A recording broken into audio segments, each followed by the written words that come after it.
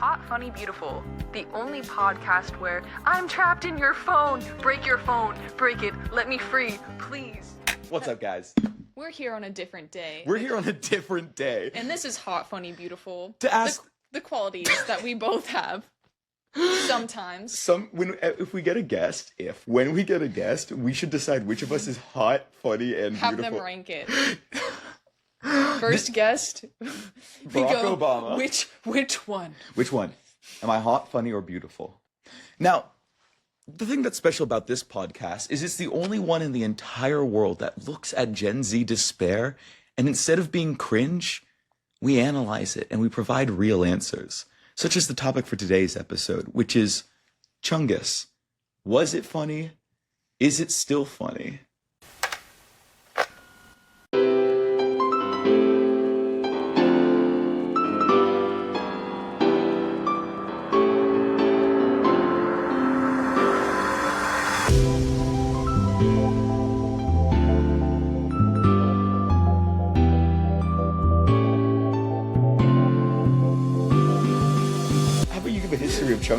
History of Chungus.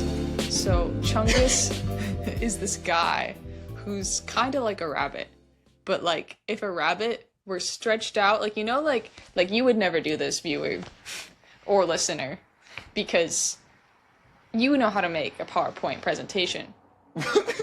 And you know how you stretch from the corner? No, Chungus, he looks like he was stretched from the side, and he's just kind of like, it's like a rabbit, but like that. Is this the description you learned in art school? Yes. Okay, awesome. Yes. As an artist, this is the technical horizontally. He's been horizontally stretched. In History of Chungus. Warped. He's been warped. You didn't once You didn't once mention that he's from the Looney Tunes? Yeah. Bug Bunny? He's from the... Can you bleep that out? Can we please bleep that out? What Cut part? the mic. What part? Looney Tunes. He is Bugs Bunny. He's Chungus, 2017. I'm a teenager. Possibly 16 or 15. How's that make you feel, listener? And the greatest meme of all time came out. It was Bugs Bunny, but people called him Chungus. And that was most of the joke. I like the name. It's a great name, and it made me laugh for exactly maybe a couple days. Yeah, but that's a couple days. That's the thing about comedy, is it comes in threes. I was once part of an improv cult that did a Chungus themed improv night. That was actually really good. But that was the second. That was kind of the build up. The most important thing in Chungus history since his inception was a few months ago, I believe, entering True Crime Voice almost exactly a few months ago. I said words that changed the life of my co-host, Sadie Rose. I was going through something and I said, frick my Chungus life. 8. Wise. And since then, Sadie hasn't stopped saying it. I haven't said it. Sadie hasn't stopped saying it since that day. I almost said for years, Frick my Chungus life. Frick my Chungus life. And now, Sadie, I have a question. Is Frick my Chungus life, is it funny? Or is it a continuation of despair, a way of expressing it through irony poisoning? So, what is, of the old memes, the classic memes from when we were in high school, which do you want, to come back? I've been a big advocate. I think SpongeGar should come back. That's do you remember SpongeGar? I think so. Yeah, that's actually right. This wasn't a self-help podcast. This is a nostalgia podcast, but for 3 years ago. Remember how funny SpongeGar was? He went, oh yeah, that was funny. Yeah. You forgot the name of... I remember Chungus. You remember Chungus? After you told it to me 3 days ago, or a week ago or something. And then I was like, that just sounds cool, I guess. It's pretty sick. And then I kept saying it. Did it relate to you in an irony poisoned way? I think it was just sometimes I think something is so dumb that it's smart. You How do you use humor to like deal with problems in your life? Some big chungus problems for a big chungus life. I think that it's a way to deal with the pain of things, to kind of just bring a little light into it. Um, yeah, because I'll be Sorry, going through. I was Okay, engrossed in for this pie. I was for like, for wow. context, I have called Eden on some of the lowest days of my life, like truly horrible days. That's why we have a podcast now. Yeah, and I've been like, Eden, frick my chungus life. When And I then, hear those words, I know it's time to lock in and be a real friend instead of what I usually do, which is say, Sadie, you are gay. Sadie, you are gay. Frick your chungus life. I hate you. Hey, Sadie, I I'm hate gonna your eat your chungus life. quesadilla. But that's this is a different eat day, your but we're actually quesadilla. still talking about the I quesadilla. talk about it every single day of the year, actually. Every single day I mourn it. Yeah. Um, If we were just like millennials, we would chungus. call this podcast like "Frick Your Quesadilla." Yeah, like that's what I'd call it. That's what I do call it, like when I refer to it. But Eden You actually show it to your edits it mom and out. dad. Eden edits it out every time and actually replaces it. I And actually- actually, this entire time, I am only saying "freak my chunkus life," and then we go over it. Fix it in post. What's insanely funny is, and Sadie, you won't get to respond to this, but I actually edit out all of Sadie's dialogue and AI generate it with what I want her to say. I'm actually not a real person. You're AI I'm generated? completely. Eden doesn't have any friends. Dude. I'm like, if I was like 1% more mentally ill, like I could really believe that I've AI generated everything. That's why I keep my mom away from Facebook. Oh. I think if she like discovers AI generation, it'll atom bomb her brain so hard that I don't know what she'll do. I feel like she'll start thinking we're AI generated. Moms really do need to be kept away from Facebook. Do you think it's like a generational thing that like we're so like we deal with our problems in such a an irony poisoned, deep fried #2018 way? I think so. Oh, wait, continue. That's my bad. Yes. Yes. Okay, well, answered. I saw a meme recently on Twitter.com, now known as X, the everything app, that said like the generations of memes, and it's like the irony poisoned era, and it's like 2018 to 2020. Which do you have like a favorite year for jokes? Oh my Like here's a deep question. When was the last time you were like happy? God. Before my quesadilla was eaten. So sorry. Chat, we are I'm still so looking sorry. for the person who ate that quesadilla. The last time I was happy. I feel like I'm happy every day. Thankfully. I know, I was I actually have thinking that too. I have a moment of joy every day, and that's really great.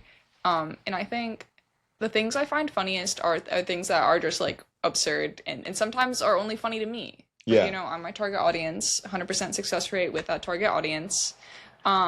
When Immanuel Kant, nope, different guy. When Soren Kierkegaard, nope. When who is the guy who wrote the Mythopus of Sisyphus? Camus? Can't Camus? I don't know how to say his name. Albert Camus? Camus. Camus? Albert Camus.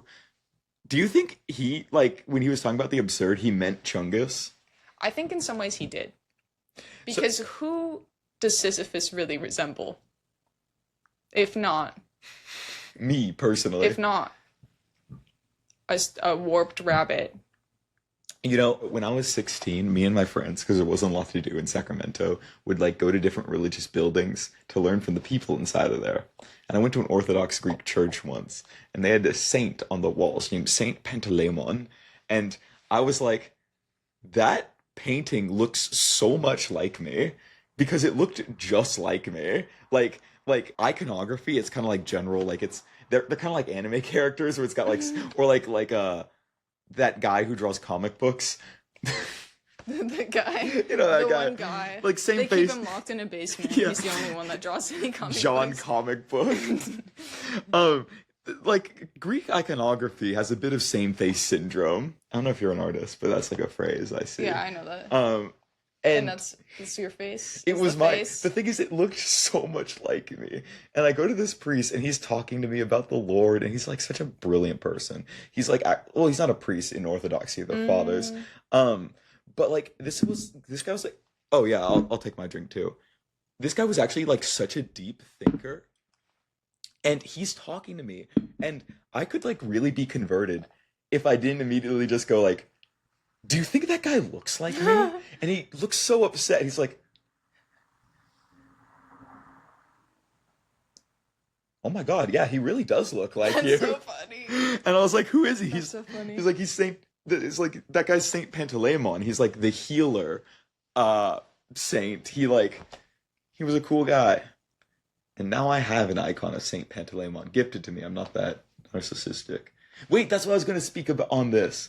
I got Sisyphus confused with Narcissus. Oh, okay. This was all a lead up to a joke about Narcissus, but I'm so stupid that Continue. I said Narcissus. Okay, wait, fuck, marry, kill. Sisyphus, Narcissus, Orpheus. Mary Orpheus. Bro, that guy's not looking back though. Yo, dude, wait, No, but he is. I saw a beautiful poem. I know I asked you a question, I'm immediately cutting you off. You're like, that's it. You get married, done. Yeah, I just love cutting off, silencing women, I guess. But I saw this beautiful tweet where it's like, Orpheus, he had no choice but to look back, because if you love someone that much, you always look back, and that's what the story was about. And brother, I started crying at that tweet. I've seen similar tweets. I've seen, I feel like multiple people who have had different, no, not really. Any Orpheus, Orpheus takes? I've seen a lot of hot Orpheus takes, guys. A lot of hot Orpheus. Like, you know, me and homies, like, we're just talking about, Slut like, guys. what made Orpheus look back, because, like, we don't know, like, he thought maybe he was being deceived, or, like, it was, how long was the walk? He didn't trust women. How long it was a the long walk. He wanted to give her water. No, it was days and days, and then he thought maybe he was tricked. You know? Because everyone would look back. Everyone would look back to see their lover if they thought it was going to be the last time, you know?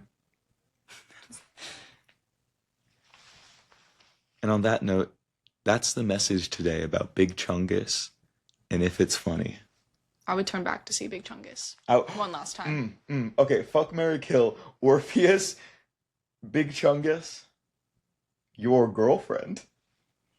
Marry my girlfriend, and then kill the others. Loyal. And because I'm a good friend, I'd kill her girlfriend. Because it'd be wrong if I made an impossible scenario. I would have to kill you. Yeah, exactly. I have to kill you out of honor. No, I think that's how it works. So, what does Chungus teach you about love? As we're both art majors in different ways. I have like a real degree of like you like make things allegedly. I make things that disappear and no one remembers. You make things that stand the test of time, idiot. I live a mysterious life, and that's actually something to think about.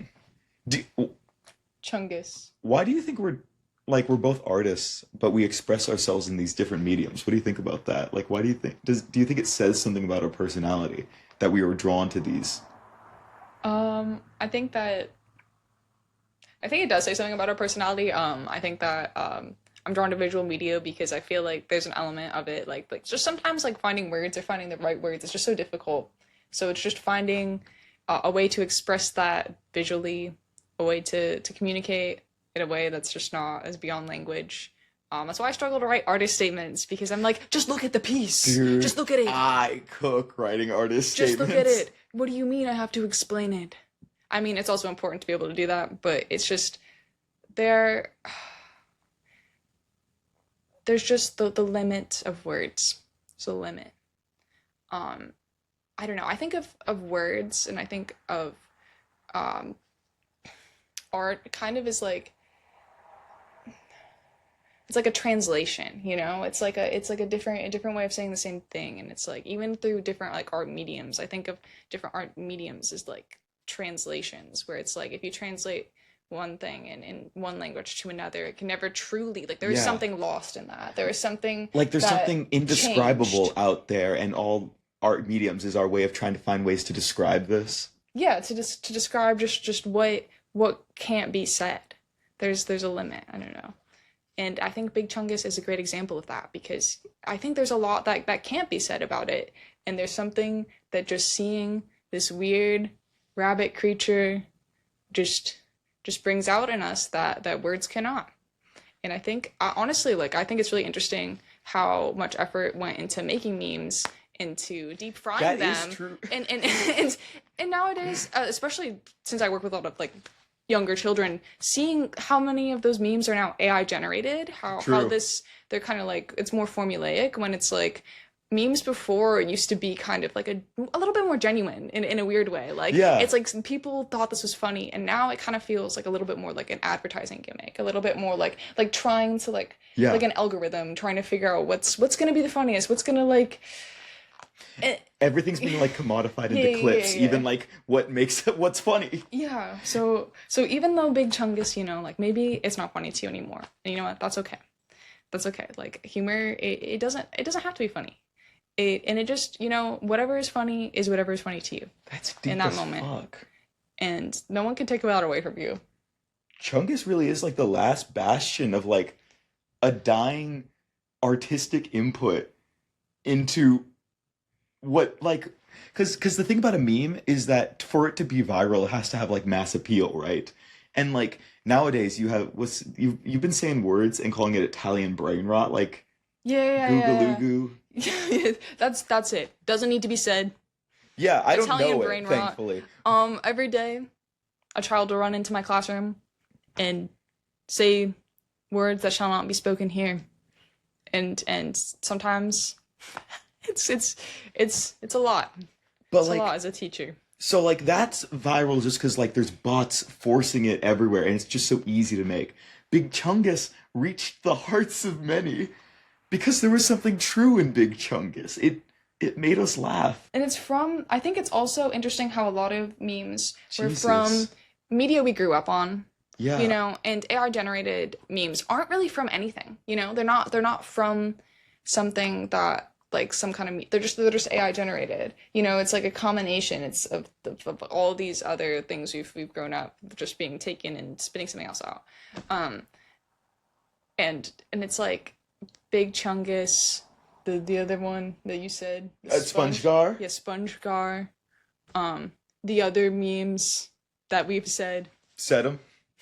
the other memes. And like a lot of other memes actually like come from like there's like history memes and stuff because Yeah. we learned history. A thing that those doesn't weird happen cat anymore. paintings, like those strange cat paintings. Or the love babies those. from the Renaissance. Yes, Or like making fun of like yeah. the Holy There's Roman some- Empire. There's some context to them. There's some basis in Even just saying like history this is and my our Roman humans. Empire. Yeah.